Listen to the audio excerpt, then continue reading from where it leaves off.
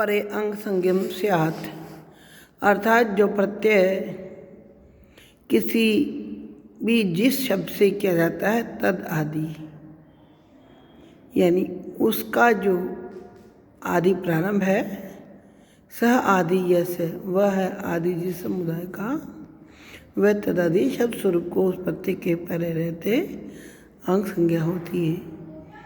अगला सूत्र एंग रस्वात संबुद्धे, एगंतात रस्वांतात चांगा दल लुप्यते संबुद्धे से। एंगंत और रस्वांत, रस्व जिसके अंत में उसे कहेंगे रस्वांत, अंग से परे संबुद्धि के हल्का लोप, संबोधन का जो भी व्यंजन है उसका लोप हो जाएगा। उदाहरण देखिए, हे राम।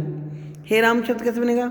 राम शब्द को अर्थवत सूत्र से प्रातिपदिक संज्ञा हुई, संबोधन की विवक्षा में सुप्रत्यय आया, अनुबंध लोप हुआ और एकवचन संबुद्धि से सु को संबुद्धि संज्ञा हुई।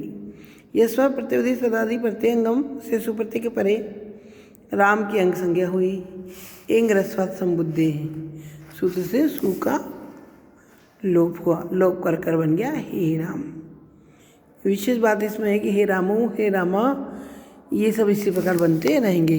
विद्यार्थियों, राम शब्द की सिद्धि हम लोग कर रहे थे। इसमें प्रथमा भक्ति राम है, रामो, रामा की सिद्धि हो चुकी है और अब हम देख रहे हैं रामम। तो देखिए, रामम के लिए सबसे पहले हमें क्या करना पड़ेगा? राम शब्द की प्रातिपदिक संज्ञा करनी पड़ेगी।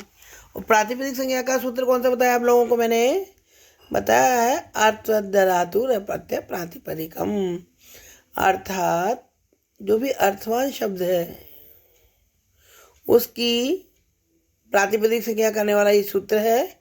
इससे राम शब्द की प्रातिपदिक संज्ञा सबसे पहले हमने कर दी। फिर दूसरा सूत्र प्रवृत्त हुआ सो जो नोट अभ्याम 20 जो सूत्र है, पूरा सूत्र आपको लिखने की आवश्यकता नहीं है, सो जस्ट मोट लिख दीजिए, आगे बिंदु लगा दीजिए। इस सूत्र से द्वितीय के एक वचन की विवक्षा में विभक्ति आएगी। अम विभक्ति आने पर क्या रूप बना? राम अम। इस प्रकार बनने पर अगला सूत्र प्रथमयो पूर्व सवर्ण है। इस सूत्र से पूर्व सवर्ण दीर्घ प्राप्त था, लेकिन तम प्रवाद्य उस सूत्र को रोक दिया। और कौन सा सूत्र है? अमी पूर्व है। अमी पूर्व सूत्र से पूर्व रूप ही रह गया, कोई परिवर्तन नहीं हुआ। और जब पूर्व रूप रह गया तो संयोग करने पर रामम इस तरह बन गया। देखिए कितना सरल है। अगला सूत्र ल शक्व तद्धिते। जब आप शब्दों को तोड़ेंगे, ल श कु अतद्धिते, अतद्धित यानी तद्धित वर्जित, तद्धित को छोड़ करके प्रत्यय आद्या, प्रत्यय के जो शुरू के, आद्य यानी प्रारंभ के, ल श क वर्गा इतैस्यु, लकार शकार और क वर्ग की इत संज्ञा होती है। लकार का मतलब लई है, शकार का मतलब श है, ये तालव्य शकार है। और क वर्ग में आएंगे क ख ग घ ण, इन पांचों को कु कहते हैं। इनकी इत संज्ञा होती है यदि ये प्रत्यय के प्रारंभ में स्थित हो। लेकिन ये होने कैसे चाहिए? अतद्धिता, तद्धित वर्जित, तद्धित नहीं होने चाहिए। अगला सूत्र देखिए, तस्मात् छसो नः पुंसी। सूत्र के वृत्ति इस प्रकार है, पूर्व सवर्ण दीर्घात परो यह शश सस्तस्य न स्यात् पुंसी। अर्थात प्रत्येक के आदि में जो तद्धित भिन्न लकार शकार की संज्ञा हमने पूर्व सूत्र में अभी पढ़ी थी, उसी का ये अग्रिम सूत्र है।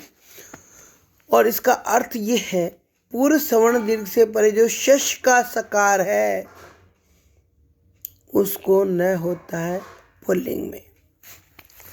कौन से लिंग में? पुल्लिंग में होता है। देखिए, नह पुंसी, पुंसी यानी पुल्लिंग में, न यानी नकार होता है। किसको? तस्मात् छस, उस शश को। वह शश कौन सा है? समझा रहे हैं, पूर्व सवर्ण दीर्घ से परे जो शश है उसके सकार को नकार होता है। इस प्रकार दोनों सूत्रों का आपको अर्थ समझ में ल शक्वा तद्धित है। अब लकार शकार और कवर यदि प्रत्यय में आदि में है, प्रारंभ में है, तो उनकी संज्ञा होगी, लेकिन वे तद्धित भिन्न प्रत्यय होने चाहिए। और दूसरे सूत्र जो आपने पढ़ा तस्मत् शशो, उस शस का जो सकार है नह पुंसी, उसकी पुल्लिंग पे न उसको हो जाता है। अगला सूत्र है अट को पुवांग नुम व्यवाये अपि। अट का मतलब ए, कु का मतलब क ख ग घ न, पू का मतलब पवर्ग प्लस आंग, आंग का मतलब आ, ये हुआ अट कुप वांग। और आगे है नुम। नुम क्या है? अव्यय है। एतैर व्यवायोपि, यानी इनका व्यवधान होने पर भी,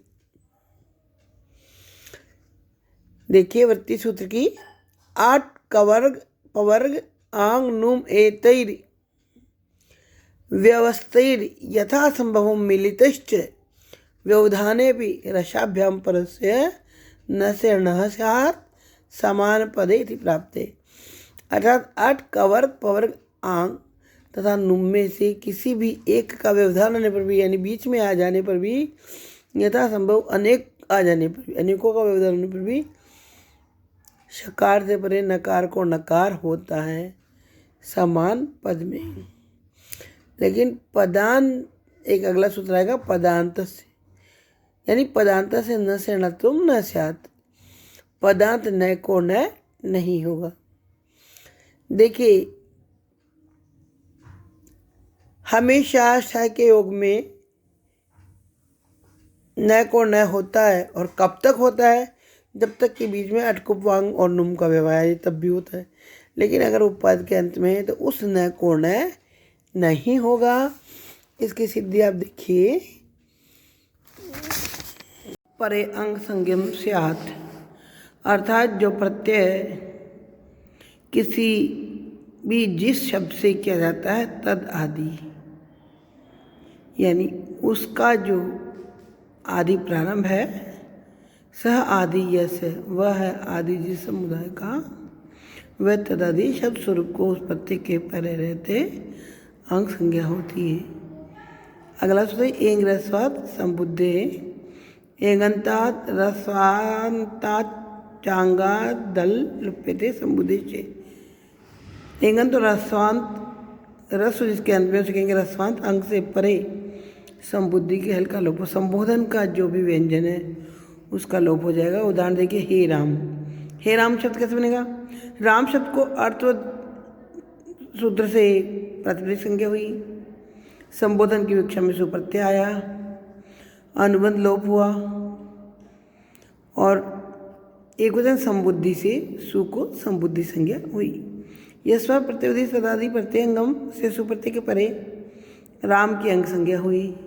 एंग रस्वात संबुद्धे, सूत्र से सु का लोप हुआ, लोप कर कर बन गया हे राम।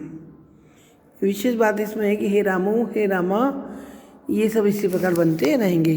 विद्यार्थियों, राम शब्द की सिद्धि हम लोग कर रहे थे। इसमें प्रथम व्यक्ति राम है, रामो रामा की सिद्धि हो चुकी है, और अब हम देख रहे हैं रामम।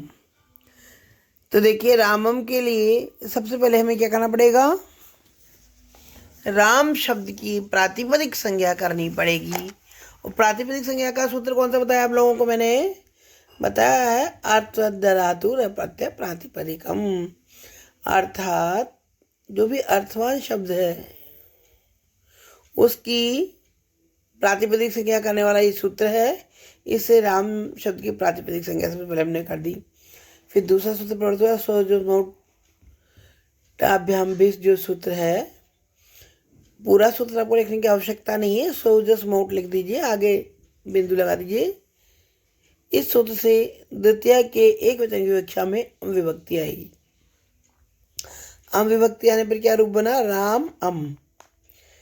इस प्रकार बनने पर अगला सूत्र प्रथमयो पूर्व सवर्ण है। इस सूत्र से पूर्व सवर्ण दीर्घ प्राप्त था, लेकिन तम प्रवादे उस सूत्र को रोक दिया। और कौन सा सूत्र है? अमी पूर्व है। अमी पूर्व सूत्र से पूर्व रूप ही रह गया, कोई परिवर्तन नहीं हुआ। और जब पूर्व रूप रह गया तो संयोग करने पर रामम इस तरह बन गया। देखिए कितना सरल है। अगला सूत्र ल शक्व तद्धिते। जब आप शब्दों को तोड़ेंगे, ल श कु अतद्धिते, अतद्धिते नहीं, तद्धित वर्जित, तद्धित को छोड़ करके, प्रत्यय आद्या, प्रत्यय के जो शुरू के, आद्या नहीं प्रारंभ के, ल श क वर्ग इतैस्यु, लकार शकार और क वर्ग की इत संज्ञा होती है। लकार का मतलब लई है, शकार का मतलब श है, ये तालव्य शकार है। और कवर्ग में आएंगे क ख ग घ ण, इन पांचों को कु कहते हैं। इनकी इत संज्ञा होती है यदि ये प्रत्यय के प्रारंभ में स्थित हो। लेकिन ये होने कैसे चाहिए? अतद्धिता, तद्धित वर्जित, तद्धित नहीं होने चाहिए। अगला सूत्र देखिए, तस्मात् छसो नः पुंसी। सूत्र के वृत्ति इस प्रकार है, पूर्व सवर्ण दीर्घात परो यह शश सस्तस्य न स्यात् पुंसी। अर्थात प्रत्येक के आदि में जो तद्धित भिन्न लकार शकार की संज्ञा हमने पूर्व सूत्र में अभी पढ़ी थी, उसी का ये अग्रिम सूत्र है। इसमें आ जाने पर भी यथासंभव अनेक आ जाने पर भी, अनेकों का व्यवधान होने पर भी शकार से परे नकार को नकार होता है।